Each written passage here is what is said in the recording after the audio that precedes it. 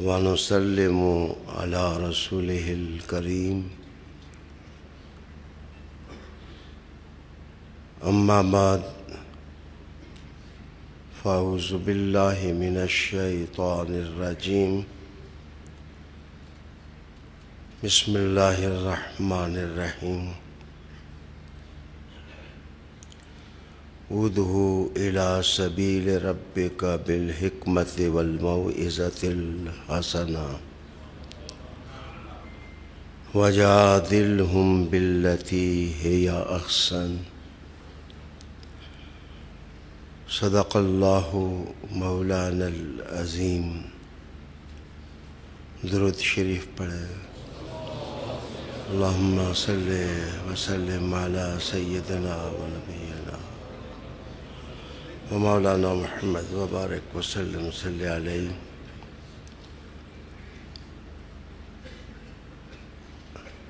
ناظرین با تمکین،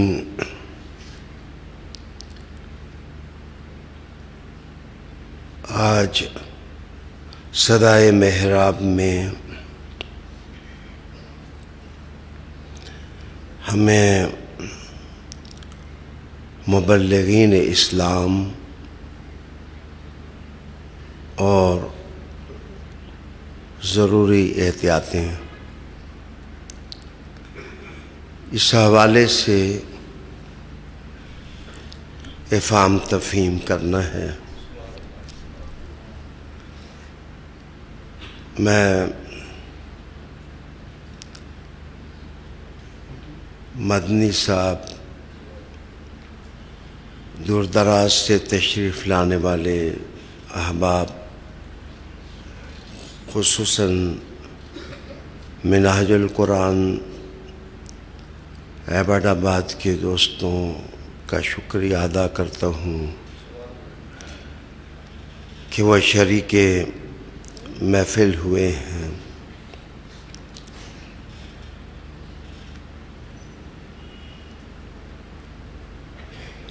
سب سے پہلے ہم یہ دیکھتے ہیں کہ دین اسلام کو قوت دینے کے لیے کہاں کہاں کام ہو رہا ہے۔ اس کے بعد ہم جائزہ لیں گے کہ سیٹسفیکٹری کام ہے، ہمیں کسی احتیاط کی ضرورت ہے، ہمیں ایگریسو ہونے کی ضرورت ہے یا نرم ہونے کی ضرورت ہے۔ یہ باتیں بات کی ہیں۔ میری گفتگو جس جملے کے گرد گرد آج گھومے گی وہ ہے بلغوا عنی ولو آیا، میری طرف سے پہنچا دو، ابلاغ کرو، خواہ ایک آیت ہی ہو۔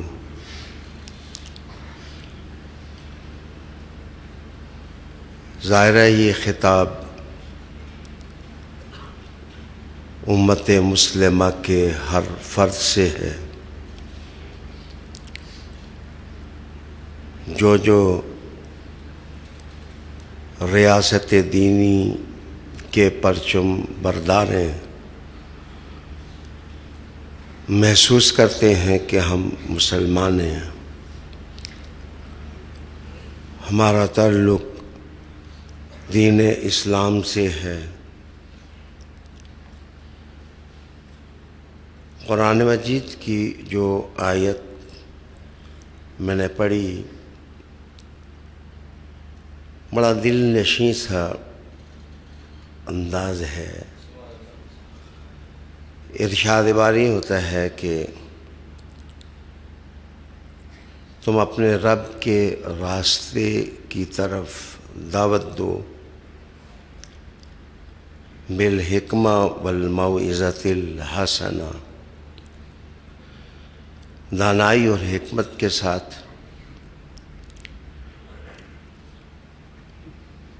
میٹھے اسلوب میں، وجادلہم، اور اگر کسی کی تردید کرنی ہو، آپ سمجھتے ہیں کہ وہ غلط ہے اور آپ نے اس کی تردید کرنی ہے، تو پھر بھی تمہارا لہجہ دل نشیں ہونا چاہیے، دل پذیر ہونا چاہیے، روح میں اترنے والا ہونا چاہیے، اس میں منطق ہونی چاہیے، معقولیت ہونی چاہیے، اور وہ کشش ہونی چاہیے کہ لوگوں کی روح میں وہ بات اتر جائے، لوگوں کے دلوں میں وہ بات اتر جائے۔ دین کا کام اگر کوئی شخص راستے سے کانٹا اٹھا دے اور کنارے پر رکھ دے تو وہ بھی دین کا کام ہے، اس پر بھی ثواب کی امید بھی ہے، اور دین مبین کی طرف سے جزا کا وعدہ بھی ہے۔ میں محسوس کرتا ہوں کہ اس وقت سب سے بڑا اور اہم ادارہ جو تبلیغ اور ابلاغ کا کام کر رہا ہے وہ مسجد ہے۔ اللہ کی کتنی بڑی نعمت ہے کہ مسجد صرف ان ملکوں میں نہیں ہے جو مسلمان ملک ہیں، بلکہ اللہ کے نور کے یہ گھر پوری دنیا میں موجود ہیں۔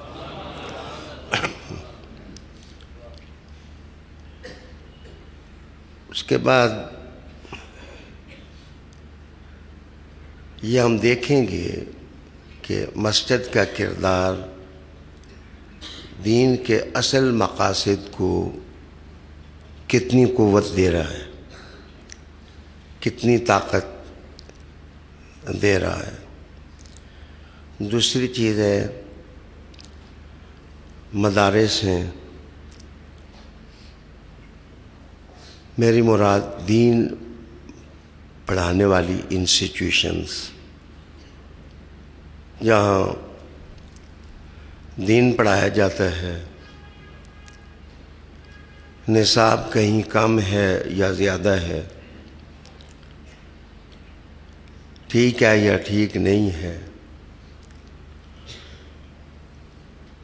اس میں وسعت ہے یا نہیں ہے، اس میں اثر پذیری ہے یا نہیں ہے، دیکھنا ہوگا کہ مدارس جو مقاصد صفحہ نے امت مسلمہ کو دیے تھے وہ مدارس وہ کام پورا کر رہے ہیں یا پورا نہیں کر رہے۔ تیسری چیز ہے خانقاہیں ہیں، نقشبندی ہیں، چشتی ہیں، قادری ہیں، سہروردی ہیں، شاذلی ہیں، حسینی ہیں، طیفوری ہیں، مختلف طبقات ہیں، ان کی خانقاہیں کام کر رہی ہیں، لیکن آدمی اگر مرغی رکھے کہ مجھے انڈے ملیں گے اور میں اس سے مرغی کی نسل کو طاقت دوں گا، تو کیا خانقاہ بھی وہ مقاصد پورے کر رہی ہے جو مقاصد حسن بصری نے دیے تھے، زین پاک نے دیے تھے، امام باقر نے دیے تھے، امام جعفر صادق نے دیے تھے، یا بہاؤالدین نقشبند نے دیے تھے، سلطان الفقراء بہاء الحق زکریا ملتانی نے دیے تھے، جناب غریب نواز نے دیے تھے، شیخ عبد القادر جیلانی نے دیے تھے۔ دیکھیں، میں بالکل برملا کہوں گا کہ جو دنیا میں کنورژن ہوئی ہے، لوگ مسلمان ہوئے، جملہ سخت سمجھ کے مجھے گستاخ کوئی نہ بنا دے، یہ کام حکمرانوں نے نہیں کیا ہے، یہ صوفیاء کے کاروانوں نے کیا ہے۔ فیکٹس یہی ہے، حقائق یہی ہیں۔ سوال یہ ہے کہ غریب نواز نے 90 لاکھ کو کلمہ پڑھایا، خانقاہوں کے کام سے اتنی بگ کنورژن کیوں نہیں ہو رہی؟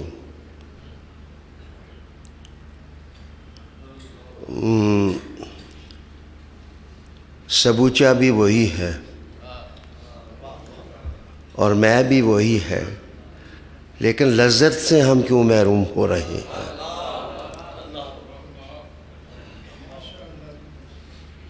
سننا ہوگا کہ خانقاہ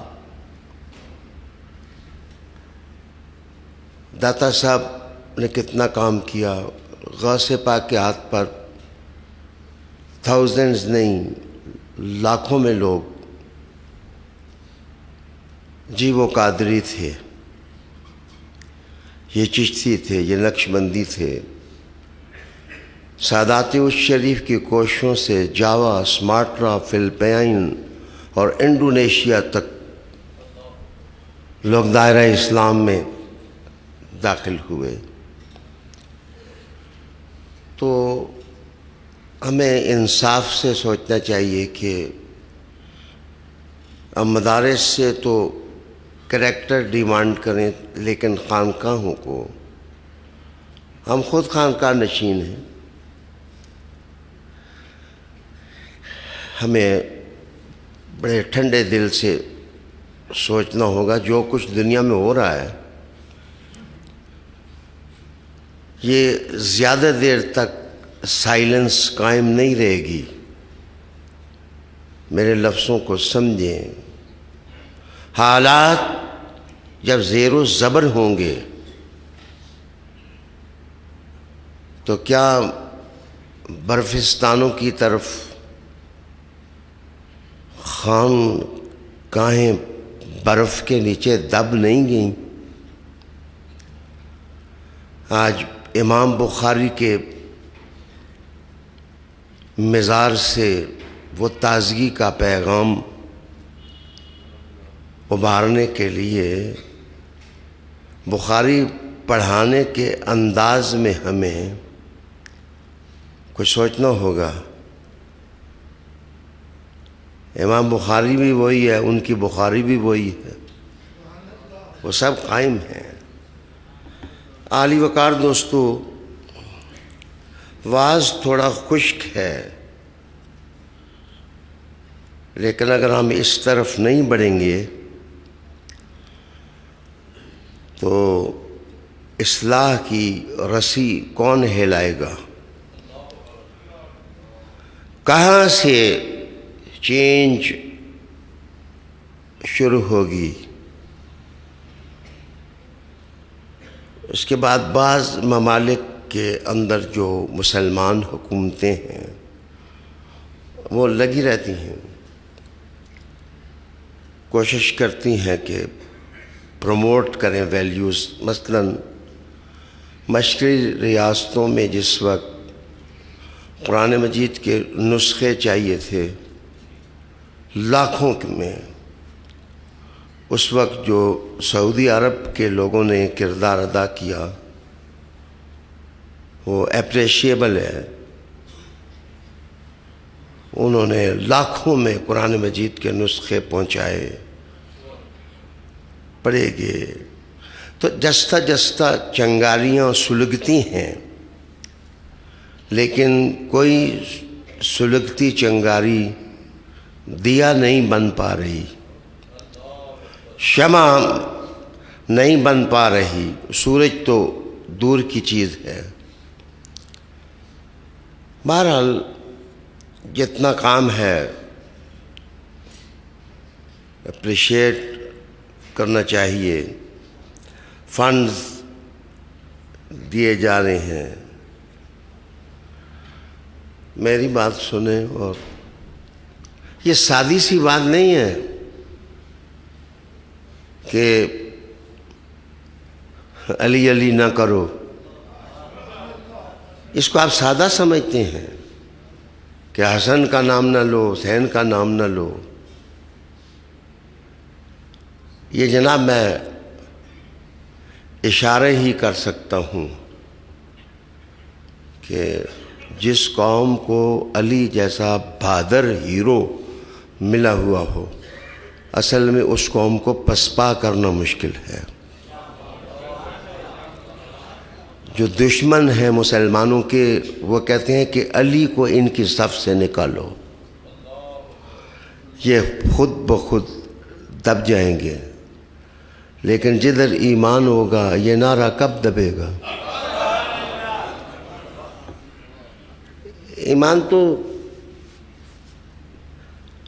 ایمان کی تو عادت ہے کہ وہ کٹ بھی سکتا ہے، وہ کاٹ بھی سکتا ہے. ایمان کی عادت ہے وہ پھٹ بھی سکتا ہے، وہ پھاڑ بھی سکتا ہے. ایمان کی عادت ہے وہ پڑھ بھی سکتا ہے، پڑھا بھی سکتا ہے. ایمان کی عادت ہے کہ وہ منصور کی طرح سولی پر لٹک بھی سکتا ہے، اور امام حسین کی طرح کربلا کا ہیرو بھی بن سکتا ہے. ایمان اور عشق طاقت ہے، اس کو نہیں دبایا جا سکتا. اس کے بعد افراد کی انفرادی کوششیں. مسلمان طبعاً نیک ہوئے، اس کی فطرت میں نیکی ودیت کر دی گئی ہے. کوئی مولانا اس سے نہ ملے، جب اس کے پڑوس میں کوئی شخص بھوکا ہو تو وہ روٹی تشت میں رکھ کر کے خود پہنچ جاتا ہے. کوئی مبلغ اس کو نہیں سمجھاتا، لیکن اس کو سمجھ آ جاتی ہے کہ میں رحمت للعالمین کا نوکر ہوں، مجھے دنیا میں رحمت للعالمینی کرنی چاہیے. اس وقت بلینز کے حساب سے مسلمان انتہائی مغرب سے لے کر انتہائی مشرق تک، انتہائی شمال سے لے کر انتہائی جنوب تک خود کوشش میں لگے ہوئے ہیں کہ اسلام کا پرچم سرنگوں نہ ہو. یہ کوششیں تو ہیں، ان کوششوں کو کیسے تیز کیا جا سکتا ہے، اور اگر کہیں مناسب نہیں تو کس طرح ان کو سلو کیا جا سکتا ہے. جناب اس کے بعد تعلیمی ادارے ہیں، اسکول ہیں، کالجز ہیں، یونیورسٹیز ہیں. یہ کسی مولانا کا اثر نہیں ہے کہ حکومت کہہ رہی ہے کہ کالجوں میں قرآن پڑھاؤ، اسکولوں میں قرآن پڑھاؤ. اصل میں جس رسی نے مدینہ کے کیل کے ساتھ اپنے آپ کو باندھا ہوا ہے، جب مصطفیٰ تارے لاتے ہیں تو دنیا ساری ہل جاتی. گویا there is a spiritual phenomena in the world.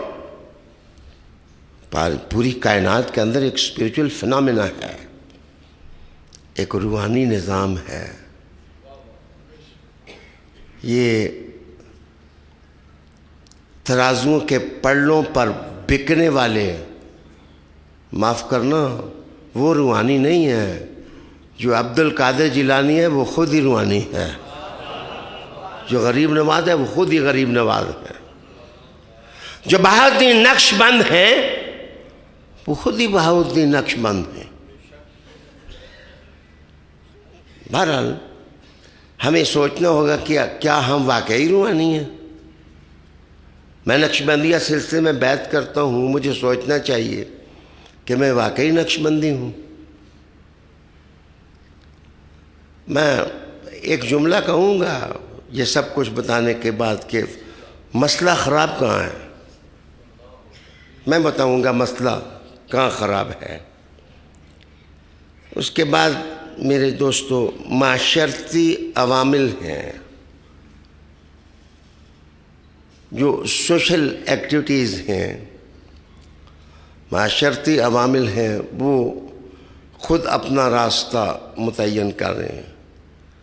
مثلا کسی جگہ کوئی مبلغ نہ پہنچے تو بوڑھا بابا جس نے زندگی گزاری ہو تجربے سے کہے گا کہ جھوٹ بولنا بہت بری چیز، بہت برا کام ہے جھوٹ بولنا۔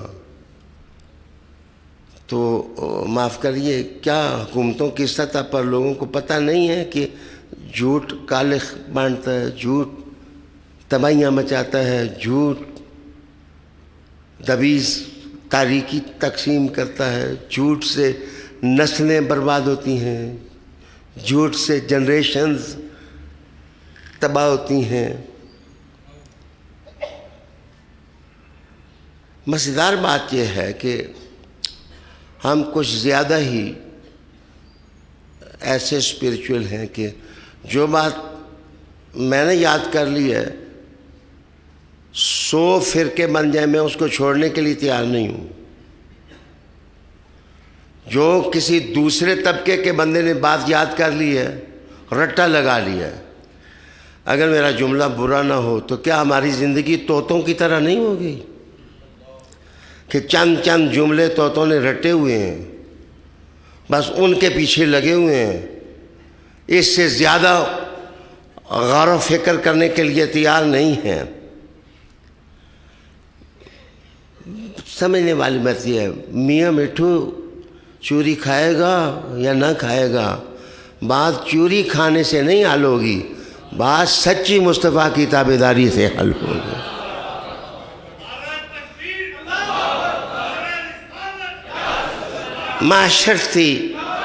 معاشرتی ایکٹیویٹیز، مثلا مجھے لت پڑ گئی ہے، عادت پڑ گئی ہے، میں بوڑھا آدمی ہوں، 70 سال کا ہوں، تو میں اپنی عادت کو ہر قیمت پر پورا کروں گا۔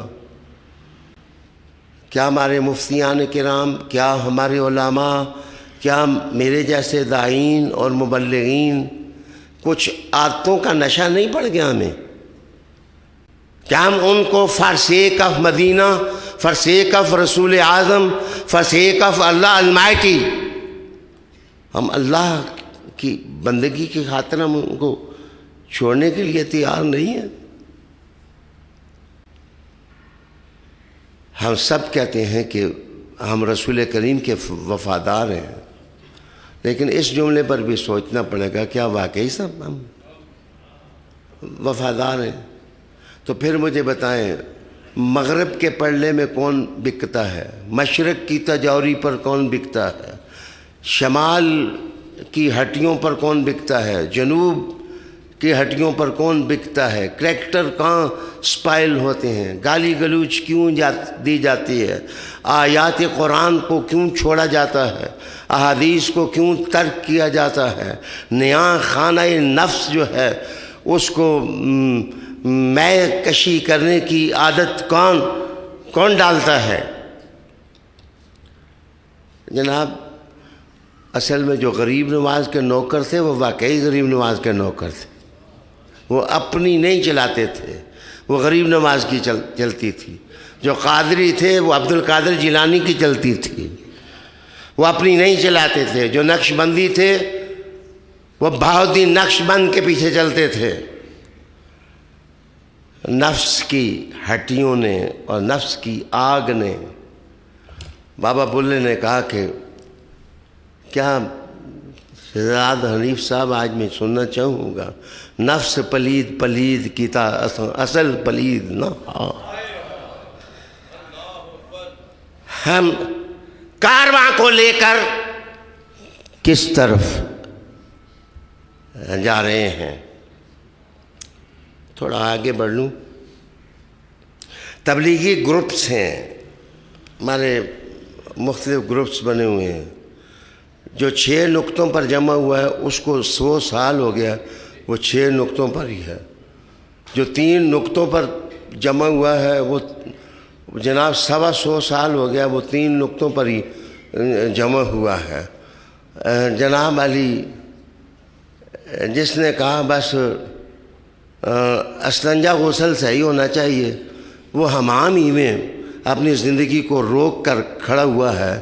مجھے ذرا سوچ کے بتاؤ، حضور اللہ کی طرف سے ہدایت کے لیے قرآن لے کے آئے تھے، قرآن کے ساتھ کون کھڑا ہوگا؟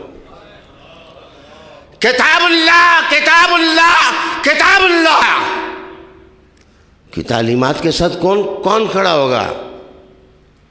ہدایت کی کتاب تو حضور قرآن لے کے آئے تھے۔ ہم سب نے قرآن مجید کے ساتھ کیا کیا؟ علی علی کرنے سے اس لیے منع کیا جاتا ہے کہ جدھر علی آتا ہے ادھر قرآن آتا ہے،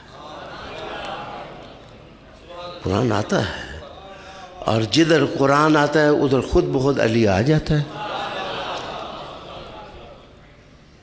اچھا معاف کرنا، عجیب تماشا طرفہ یہ ہے کہ من کی بڑھاسیں نکالنے کے لیے، فرسٹریشنز دور کرنے کے لیے ہم نے اپنے اپنے نعرے بنائے ہوئے ہیں۔ تو میں تو کچھ نہیں کہوں گا، میں صرف یہی کہوں گا تعالوا الی کلمۃ، اس بات کی طرف آؤ جو تمام فرقوں میں سوا سوا ہے، برابر ہے، اس میں ہدایت ہے، اس میں نور ہے۔ یہ جو بم پھٹ رہا ہے دنیا کے اندر مذاہب کو تباہ کرنے کا، یہ بغیر قرآن مجید کے ساتھ سہارا پکڑنے کے اور کوئی راستہ ہی نہیں ہے۔ ریاض حسین شاہ کی باتیں نہیں چل سکتی زیادہ دیر تک، کسی اور مفکر ریفارمر کی باتیں، ان میں طاقت نہیں ہے، توانائی نہیں ہے کہ وہ انسانیت کو اپنے ساتھ لے کر چلے۔ توانائی ہے تو قرآن میں ہے، وہ ساری کائنات کے لوگوں کو اپنے ساتھ لے کر چل سکتا، منزل کی طرف جا سکتا ہے۔ عالی وقار دوستو، تبلیغی گروپس اڑے ہوئے ہیں، فرقہ واریت ہے، سیکٹیرین ازم ہے، فسادات، لڑائیوں جھگڑوں کو طاقت دینے کے لیے عالمی سطح پر کوششیں ہو رہی ہیں، فنڈز لگائے جا رہے ہیں۔ مسلمانوں کو اور ادھیڑو، مسلمانوں کو اور درک جائیں، یہ لخت لخت ہو جائیں، یہ چورا چورا ہو جائیں۔ ہمیں نئی انگڑائی کے ساتھ تازہ جہاں تلاش کرنا ہوگا۔ کہاں سے نسیم سکون، نسیم راحت کہاں سے میسر آ سکتی ہے؟ اس کے بعد میڈیا ہے، الیکٹرانک میڈیا ہے، پرنٹ میڈیا ہے۔ ہمیں دیکھنا ہوگا کہ اس کے اندر اسلام اور اسلامک ویلیوز کو پروموٹ اور سپورٹ کرنے کا کام جو ہے وہ تسلی بخش طریقے کے ساتھ ہو رہا ہے یا نہیں ہو رہا ہے۔ اس کے بعد تعلیم بالغہ ہے کہ جو لوگ شعور پکڑ چکے ہیں ان کی ایجوکیشن جو ہے وہ ٹھیک ہو سکتی ہے یا ہو چکی ہے یا نہیں ہو پا رہی۔ تاریخ نے ہمیں کیا کیا ورثہ دیا ہے، ہم ہسٹری سے کیا سبق ہم سیکھ سکے ہیں۔ معاف کیجئے بہت پیارے میرے دوستو، یہ الیکٹرانک میڈیا کی رسیاں بھی تو ہیں، میں بندھا ہوا ہوں، میں ساری چیزوں کی تشریح نہیں کر سکتا ہوں، لیکن مسلمانوں میں اتنا تو کہہ سکتا ہوں کہ فرصت کا وقت نکالو اور اپنی نظر کو تیز کر کے سوئے مدینہ دیکھو۔ محمد صلی اللہ علیہ وآلہ وسلم کی سیرت، ان کا اسوہ حسنہ، ان کا میسیج اور ان کے اندر کائنات سازی کی حکمتیں، ان کے اندر دل ربائی اور ان کے اندر دل پذیری اور ان کے اندر اٹریکشن اور کشش اور مقناطیسیت جو اللہ نے رکھی تھی، ہمیں تھوڑی سی مدینہ سے لے کر کے اپنے اندر بھی پیدا کرنی چاہے۔ معاف کیجئے، میری بیماری اور ناتوانی نے اگر مجھے موقع دیا تو میں ایک ایک چیز کے بارے میں بتاؤں گا کہ مدرسے کیسے کام کر سکتے ہیں، انفرادی سطح پر مسلمانوں کو کس چیز کی ضرورت ہے، وہ کیسے آگے بڑھ سکتے ہیں۔ آپ دیکھیں، سوراخ ہو جائے کوٹ میں تو اس کو پھاڑیں گے تو وہ اور پھٹے گا، اگر اس کو رفو کریں گے تو یہ مزید پہننے کے قابل ہو جائے گا، مزید ٹھیک ہو سکے گا۔ آج ہماری اسلامی زندگی، ہماری دینی زندگی، اس زندگی کے اندر جتنے چاک ہو چکے ہیں، ہمیں رفو کرنے کی ضرورت ہے، ہمیں پیوند لگانے کی ضرورت ہے، اور ہمیں پیوند لگانا چاہیے۔ میرے دوستو، یہ میں نے 12 چیزیں عرض کی آپ کی خدمت میں کہ تھوڑا یا زیادہ کام ہو رہا ہے۔ رسالت میں آپ صلی اللہ علیہ وسلم نے سب سے پہلے قلوب انسانیت، لوگوں کے دلوں کا علاج کیا۔ اس وقت سب سے مصیبت بڑی یہ ہے کہ قلب سلیم ہونا چاہیے، اور ہمارے قلوب جو ہیں وہ 100 گندوں سے بھرے ہوئے ہیں۔ ان میں اللہ کا ذکر ہونا چاہیے، ان میں اللہ کا نام آنا چاہیے۔ خانقاہیں اگر مل کے کیریکٹر یہ پیدا کریں کہ ہمارے مریدوں نے کوئی گانا سننا ہی نہیں ہے، کوئی گندی بات نہیں سننی ہے، ہم نے اللہ کا نام سننا ہے، اللہ کا نام بولنا ہے، اللہ کا نام منتقل کرنا ہے۔ جس وقت دل ٹھیک ہو جائیں گے تو کیریکٹر ٹھیک ہو جائے گا۔ رب کریم نے کہا کہ یوم لا ینفع مال ولا بنون الا من اتی اللہ بقلب سلیم۔ قیامت کے دن تو مال کام نہیں آئے گا، تجاوریاں کام نہیں آئیں گی، قلب سلیم۔ ویسے سلیم کے بہت سے معنی ہوتے ہیں، ایک سالم محفوظ دل بھی ہوتا ہے، اور ایک سلیم، جس آدمی کو سانپ کٹ جائے اس کو بھی سلیم کہہ دیتے ہیں۔ تو گویا مومن کا دل سلیم ہونے کا مطلب ہے کہ عاشق آدمی کا دل، عشق الہی اس کے اندر آ جائے، عشق رسالت اس کے اندر آ جائے، عشق آخرت، موت کا عشق اندر آ جائے۔ موت سے مادیت ڈراتی ہے، مر جاؤ گے، ختم ہو جاؤ گے، یہ ہو جائے گا، وہ مر گئے تو پھر کیا ہے، کفن لپیٹ کے قبر میں سو جائیں۔ نشان مرد مومن بات گویم، چمر گایا تبسم بر لب اوس۔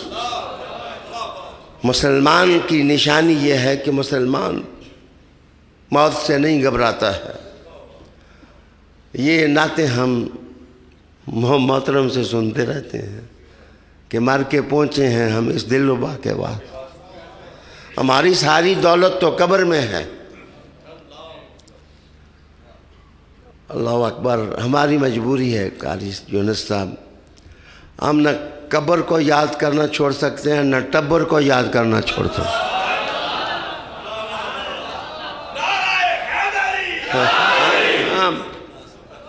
نہ قبر چھوڑ سکتے ہیں نہ ٹبر چھوڑ سکتے ہیں نہ شجر چھوڑ سکتے ہیں.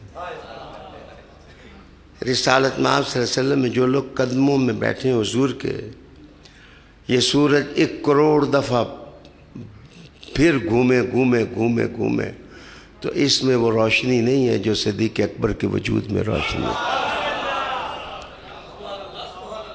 حضور صلی اللہ علیہ وآلہ وسلم کے جو صحبت میں، کیا ہم خود نہیں لگے ہوئے دیوانوں کی طرح؟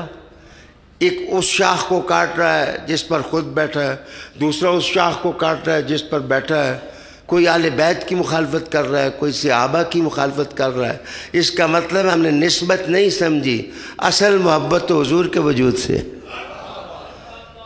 وہ کرتا پہن لیں کرتے سے محبت، وہ نالین پہن لیں نالین سے محبت، وہ سرما پہنے تو سرمے سے محبت، وہ امامہ رکھ لیں تو امامے سے محبت، وہ صدیق کے دیکھیں تو صدیق سے محبت، وہ فاروق کو دیکھیں تو فاروق سے محبت، وہ عثمان کو دیکھیں تو ان سے پیار، اور وہ علی کو کہیں کہ علی مجھ سے ہے اور میں علی سے ہوں تو علی علی کرنے سے ہمیں محبت.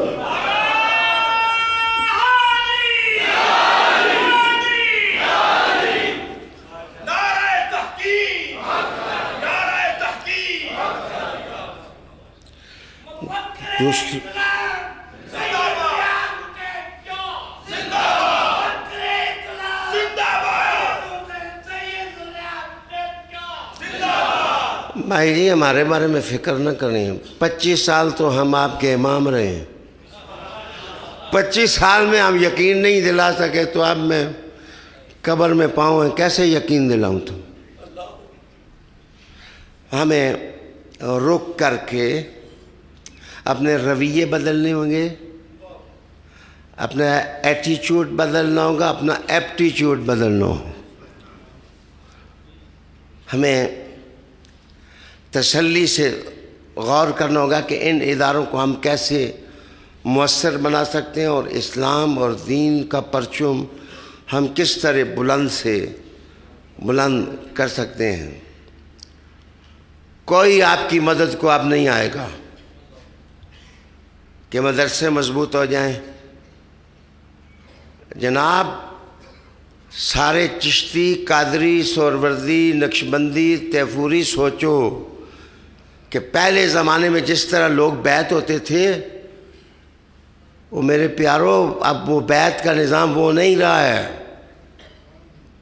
بیعت ہم سے چھینی جا رہی ہے، مدارس کو لوٹا جا رہا ہے، لوگوں کے یقین کو مزمحل کیا جا رہا ہے. عشق کا جو ورثہ تھا اس کی گرمی ہم سے چھینی جا رہی ہے. اب وہ جگہ ڈھونڈو جہاں سے مدد پہنچ سکتی ہے. اللہ اللہ کرنے سے مدد آئے گی. ساری زندگی تو مولا مرتضیٰ کو مشکل کشا کہتے رہے ہو. معاف کرنا، میں جب پیدا ہوا ہوں تو میں اس وقت تو مفسر اسلام نہیں تھا. میں نے اس وقت بھی دیکھا کہ کہیں غزالی زمان تھے، کہیں محدث اعظم تھے، کہیں مولانا عبد الحامد بدایونی تھے، کہیں اعلیٰ حضرت کے افکار تھے، کہیں پیر سیال تھے اور کہیں داتا کے نوکر تھے. اور جب علی کا نام آتا تھا تو مشکل کشا کے نعرے لگتے تھے. آج تم سے سب کچھ چھین لیا گیا. جو دل رکھتا ہے نا اس کی دھڑکنیں بھی کہتی ہیں حیدر حیدر حیدر. عالی جناب اخلاص العمل، پیسے کے بجائے اخلاص العمل ہے. جو جس چیز پر میرے رسول صلی اللہ علیہ وسلم نے محنت کی اور طاقت کی اور سب کے اندر اخلاص پیدا کیا اپنی نظر سے، اپنی تربیت سے، وہ سمجھتے ہی نہیں تھے، دنیا کو کچھ سمجھتے ہی نہیں تھے. وہ کہتے تھے محبوب کو راضی کرنا ہے بس. سرکار عالمیہ صلی اللہ علیہ وآلہ وسلم کو راضی کرنا ہے. یہ کیا ہے؟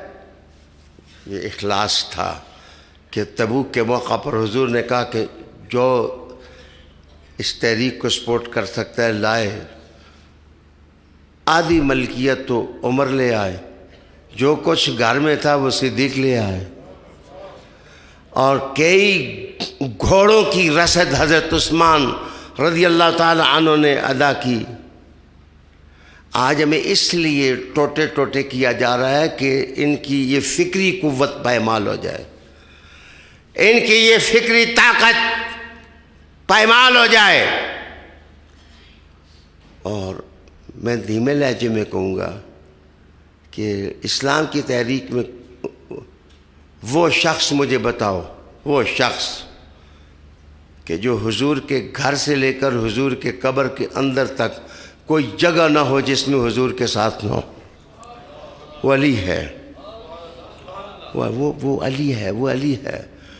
ایک تبوک کے موقع پر بھی علی بےتاب رہے. حضور نے کہا میں تجھے وہ درجہ دینا چاہتا ہوں جیسے ہارون کا موسیٰ کے ساتھ تھا.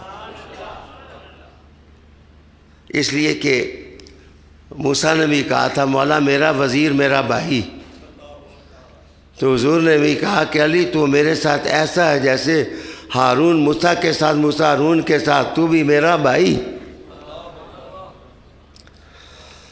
میرے دوستو، اخلاص تہیہ کرو.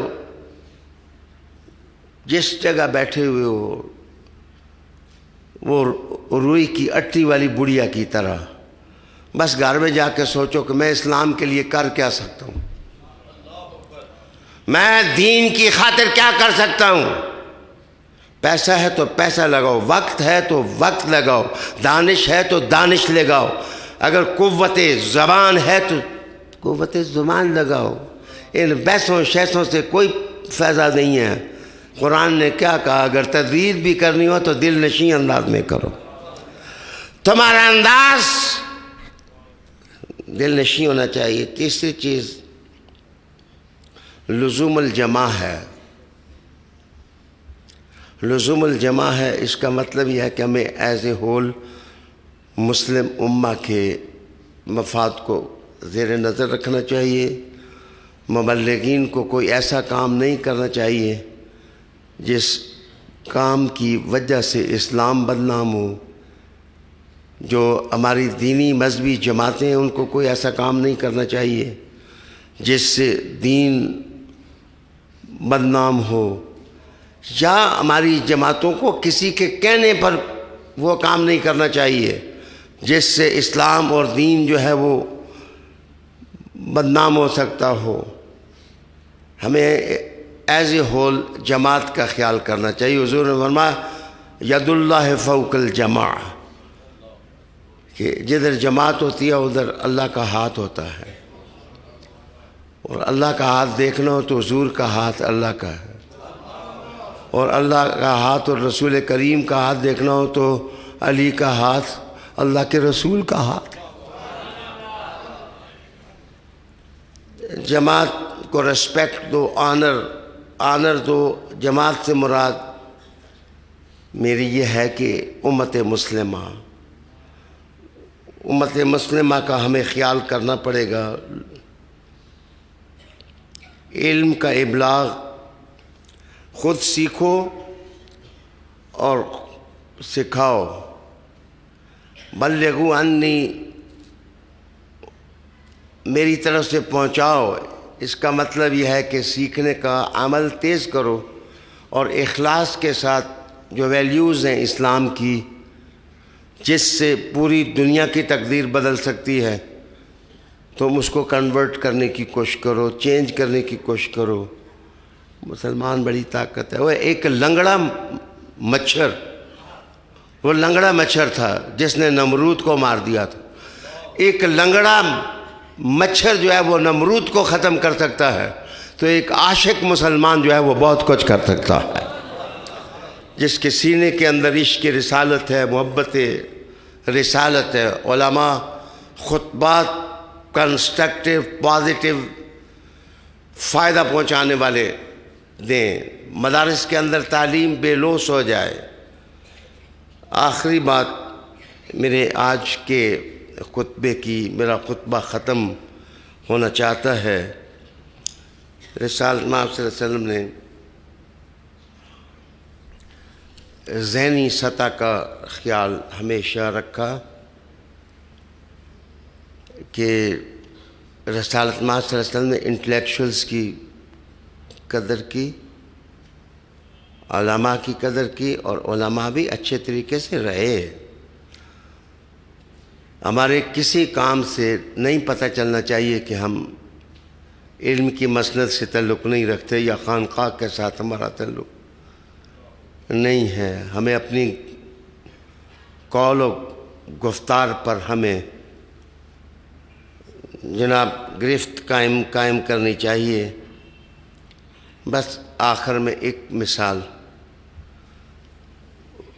میں حدیث پوری نہیں سناتا، میں ایک اشارہ کر رہا ہوں کہ رسالت مآب صلی اللہ علیہ وسلم سے ایک نوجوان اٹھا اور اس نے اٹھ کے کہا کہ حضور مجھے بے حیائی کرنے کی اجازت دے دیں، برا کام کرنے کی مجھے اجازت دے دیں۔ تو آگے تو رسالت مآب صلی اللہ علیہ وسلم کی طویل حدیث ہے، کیا تو یہ ماں یا بہن اس کے ساتھ تو کر سکتا ہے یہ کام، لیکن اصل چیز یہ نہیں ہے۔ جو حدیث کا یہ ٹکڑا ہے کہ حضور نے کہا میرے قریب ہو، میرے قریب ہو، وہ اور قریب ہو، حضور نے کہا اور میرے قریب ہو، حضور نے کہا اور میرے قریب ہو۔ تو حدیث میں آتا ہے کہ اس کے گھٹنے حضور کے گھٹنوں کے ساتھ مل گیا۔ رسالت مآب صلی اللہ علیہ وآلہ وسلم نے مقاربت اور قرب اور یہ شان دل بری دی کہ اس کے اندر سے گناہ نکل گیا اور اس کے اندر نور خدا آ گیا۔ آج اس دل بری کی ضرورت ہے کہ ہم مسلم معاشرے اور سوسائٹی کے اندر پروفیشنل یا ٹریڈ کمپنی کی طرح ہم خانقاہوں، مدرسوں، مسجدوں کے اندر نوکر بن کر ہم نہ رہیں، حضور کے نوکر بن کر ہم جی اور دینی ویلیوز اور دینی طاقت دیں۔ انشاءاللہ العزیز میں بشرط سے اگلے پیر کو بھی جب حاضر ہوں گا تو اسی سے میں اپنا عنوان آگے اٹھا کر کہ ہم دین اسلام کی خدمت کس طرح کر سکتے ہیں۔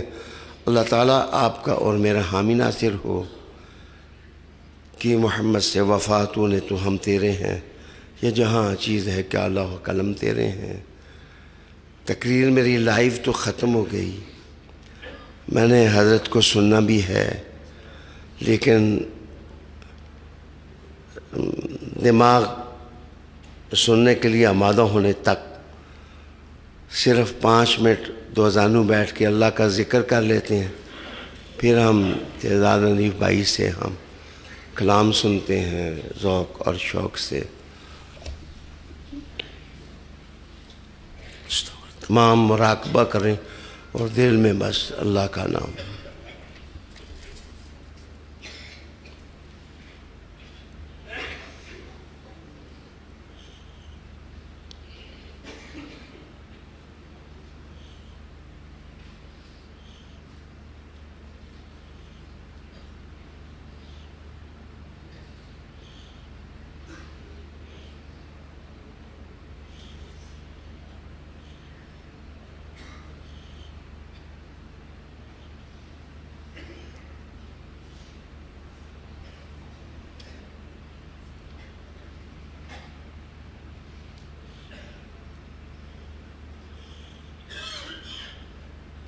لا الہ الا اللہ محمد رسول اللہ صلی اللہ علیہ وسلم۔ بھائی آپ آئیں پڑھیں اور اپنی مرضی سے پڑھیں، ہمارے یہاں کوئی مجبوری نہیں کہ آپ مولا علی کی منقبت ہی پڑھیں، نعت پڑھیں، جو دل ہے پڑھیں، ہم سنیں گے انشاءاللہ۔ اسی درود پاک سے پھر ہم اس مراقبے کے بعد درود پاک اور پھر میرے شاہ جی حضور نے ایک نعت پاک سنی تھی، میرا دل ہے کہ اس کو میں ضرور پیش کروں۔ اللہم صلی علی سیدنا و مولانا محمد، اللہم صلی علی سیدنا